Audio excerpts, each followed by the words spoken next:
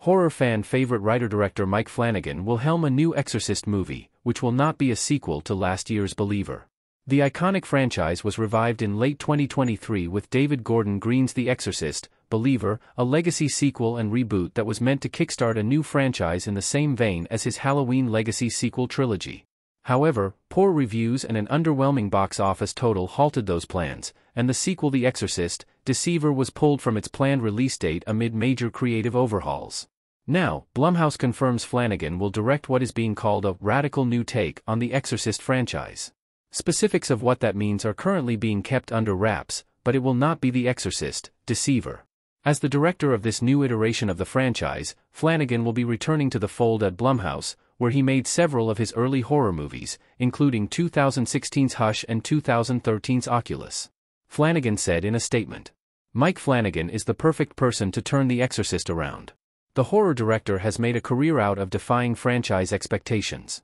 Blumhouse reuniting with Flanagan could be very good news for their upcoming Exorcist movies."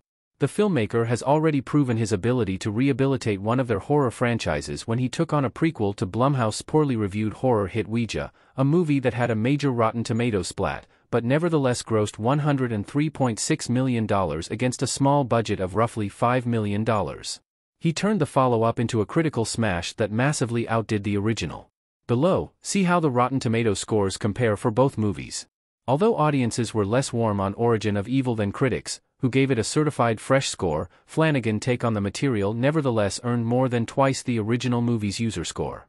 Since then, the filmmaker has taken on more and more beloved source material for his successful horror projects, winning over audiences with unlikely features, including the Shining sequel Dr. Sleep and the Netflix miniseries The Haunting of Hill House, which adapted the Shirley Jackson novel that was adapted into the 1963 Robert Wise classic The Haunting. Other Mike Flanagan Netflix horrors that succeeded despite legendary source material include The Haunting of Bly Manor, adapting Henry James' The Turn of the Screw, and The Fall of the House of Usher, loosely adapting the Poe story. With this proven track record of handling classic horror properties with care, Flanagan may be the perfect filmmaker to tackle The Exorcist.